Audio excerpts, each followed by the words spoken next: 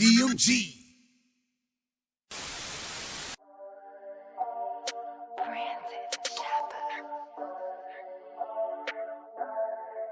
Hey, what's going on? It's your boy Frosty, aka Doe Man, and you're now tuned in to DMG TV.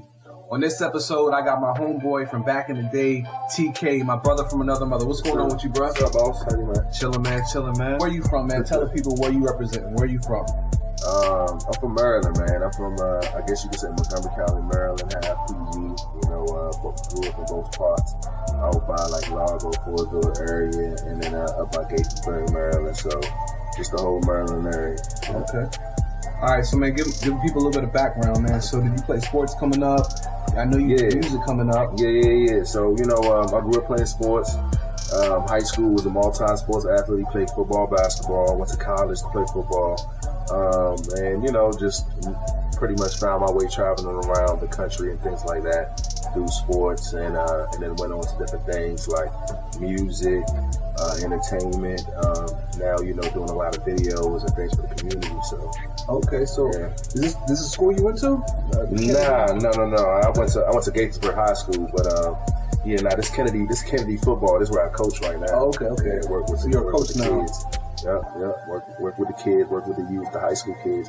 Try to put kids in college, man. You know what I mean? Get them opportunity to go to college for free. Okay. I've known you since back in the day. We did music. That's how we met. Yeah. So what's going on with the music, man? What have you been doing with the music in the last couple of years? And, you know, just talk about the music. I got a couple songs out right now that are on all the platforms. One with this artist named Telepath, a Jamaican artist. We actually got two songs that are out right now. They're doing pretty well. He's in New York. You know, so I've been just like, you know, really doing features. I haven't done a project since I was working on one last year until, you know, I had some more important things come up. But, I just been doing features right now. Pretty much, yeah. Well, man, look, take them back. Talk about it, man. You know what I'm saying? Don't be shy. You know what I'm saying? You've been doing music since like 06, 07. When I met the man, it was at Shepherd University, and I was actually performing at a show, right? Yeah. And I was waiting to perform, and they was playing this song, and I was like, yo, what is this shit? You know what I'm saying? And the DJ, I can't think of his name. I know his name. This Spanish dude, man. I can't think of his name right now. But anyway, Antonio. Yeah, Antonio. Tone P. Yeah. Yep. He was like, they right there.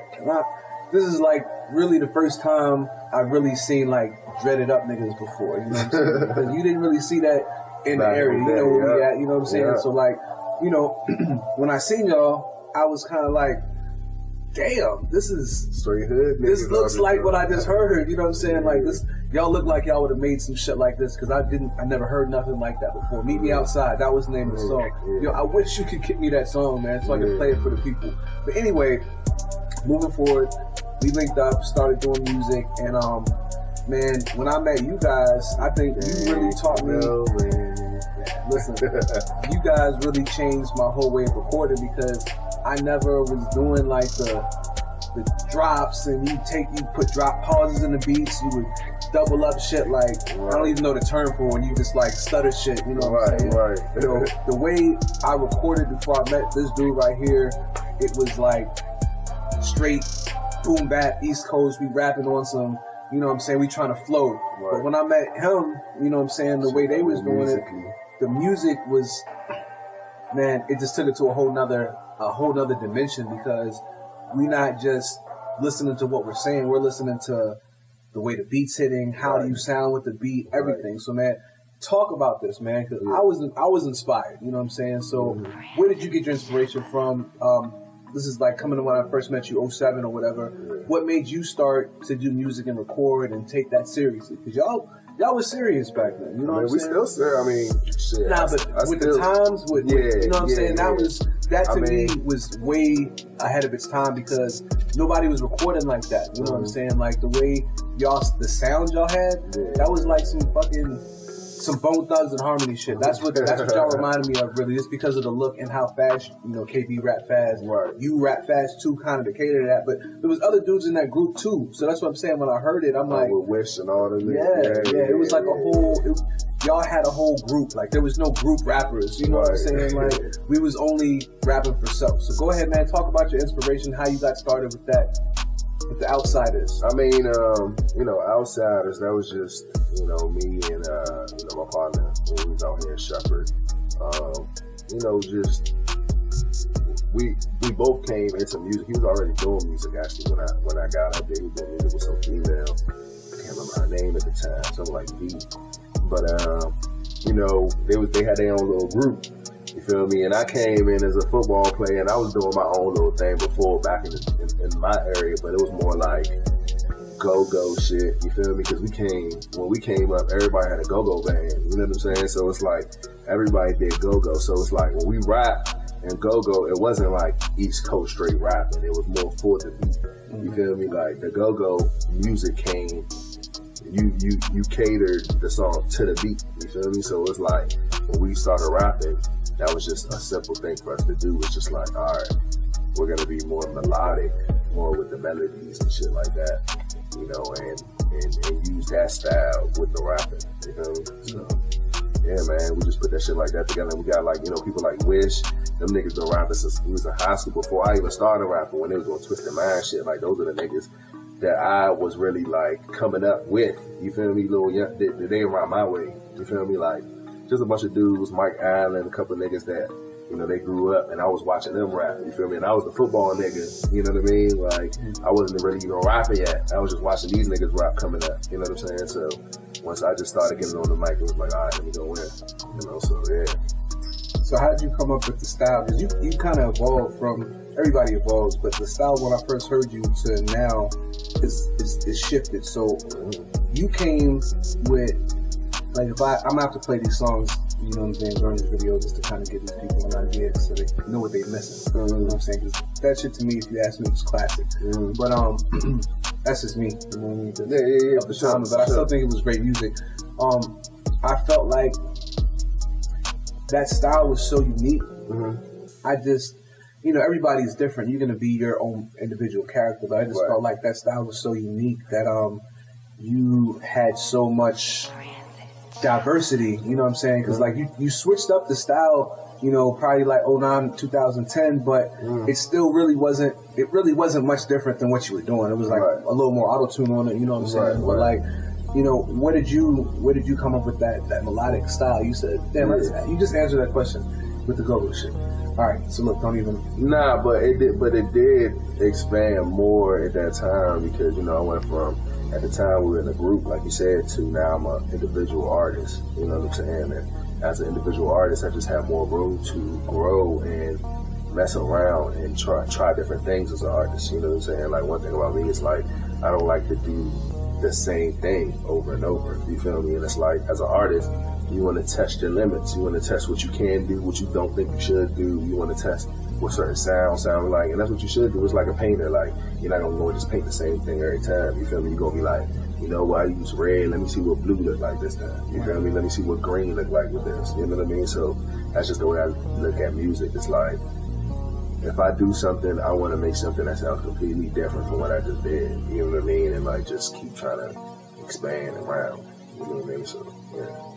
All right. So moving on from that, what are your influences behind music? You said go-go, obviously, is a huge influence. So what are some of the influences that you had that got you into doing music? And like, me as a foreign African kid, I had all different types of music that I listened to growing up. You know what I'm saying? I listen to African music right now, like Fela. Like, there's a bunch of people that, you know, people don't know that are African artists. Do you speak more than one language? I mean, not fluently, no. You can understand some of the music? I could, I mean, I could say some words in different languages and things like that. You know what I'm saying? Maybe a couple phrases here and there, but... Where are your people from? My people from Cameroon. Okay. Yeah, West Africa, so that's right next to Nigeria. But, you know what I'm saying? My people been here since they was in high school. Like, my mom came here like 17, my dad came here like 22. So, and they almost 70. You know what I'm saying? So they've been here their whole life, but... So you're a second generation immigrant? Yeah. Basically. Yeah. Because your parents was immigrants when they came here, right? 17. Right. They came straight from Cameroon. I had to learn how to speak the language and everything. Well, I mean, they spoke English already. Well, you know what I'm saying? get used to a whole nother, Right. you know what I'm saying? A whole different environment for sure. But you come straight from them, so you just, well, is that second generation? Yeah. First generation American for real. Right. You know what I'm saying? Like, I guess second generation immigrant, but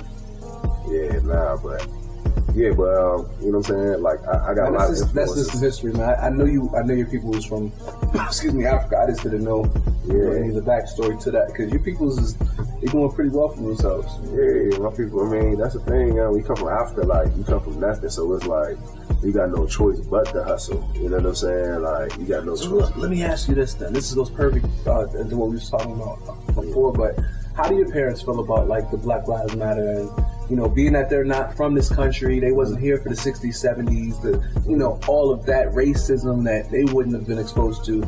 So what is their opinion, being that they're black, they're immigrants, and they've, quote unquote, made it? You know what I'm saying? What do they have opinions on it? Do they speak on it? Of course. Yeah. So, they face the same type of shit that everybody else won't face. Just because they came from another country don't mean that they don't face the same type of discrimination. You see what I'm saying? Like, it'd be different if there was like some Italians, some white Italians or something, then maybe they wouldn't face it. You know what I mean? Like, but as long as you're a black or brown person in this country, you step into the whirlpool of the shit that's going on. You know what I mean? Like, so, I mean, that's just how it is. Like, but I mean, they got their opinions. Like, they know. Like, and it's kind of funny because if you would have asked them 20 years ago, they wouldn't have known. They would have been very ignorant to shit. You know what I'm saying? Where it was like, they just would have been like, I don't see like, they wouldn't know discrimination was there, but they wouldn't know what to really acknowledge it as much. You know what I'm saying? Because you were kind of like 20, 30 years ago, people were kind of like trained to like, oh, look over that, don't worry about that shit. You know what I'm saying? Whereas like now people like, nah, speak up. Like, if something is happening to you, you gotta speak up. You know what I mean? Like, just this whole Me Too movement. Like, if you get in touch, speak up. Like, if you get abused, speak up. You know what I'm saying? It's a whole movement of you just can't let stuff go by as okay. You know what I mean? So it's like now people coming back. That's why you see even old people like, well, this happened to me a long time ago, that they weren't saying it 20, 30 years ago. You know what I mean? Because now they're grown to like know, like, this shit is not okay. You know what I mean? So, yeah. That's what's up, man. All right, so we covered talked about the music. Is there anything you want to say about the music to add on to it? Just cut the sporty life jump, though. I'm gonna go with the music. I'm trying to keep that the music shit. Is there anything else you want to say about it? Now we can go to the sporty life shit.